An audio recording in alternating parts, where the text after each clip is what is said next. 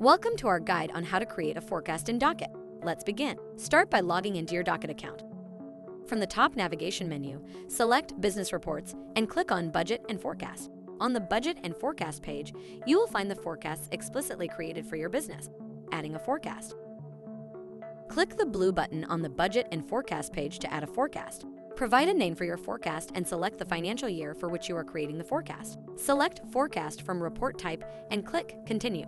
When setting up a forecast, input the financial amounts for each chart of accounts and for every month. Don't forget to click the Save button once you have entered the values to secure your changes. You will see a confirmation message indicating that your changes have been saved.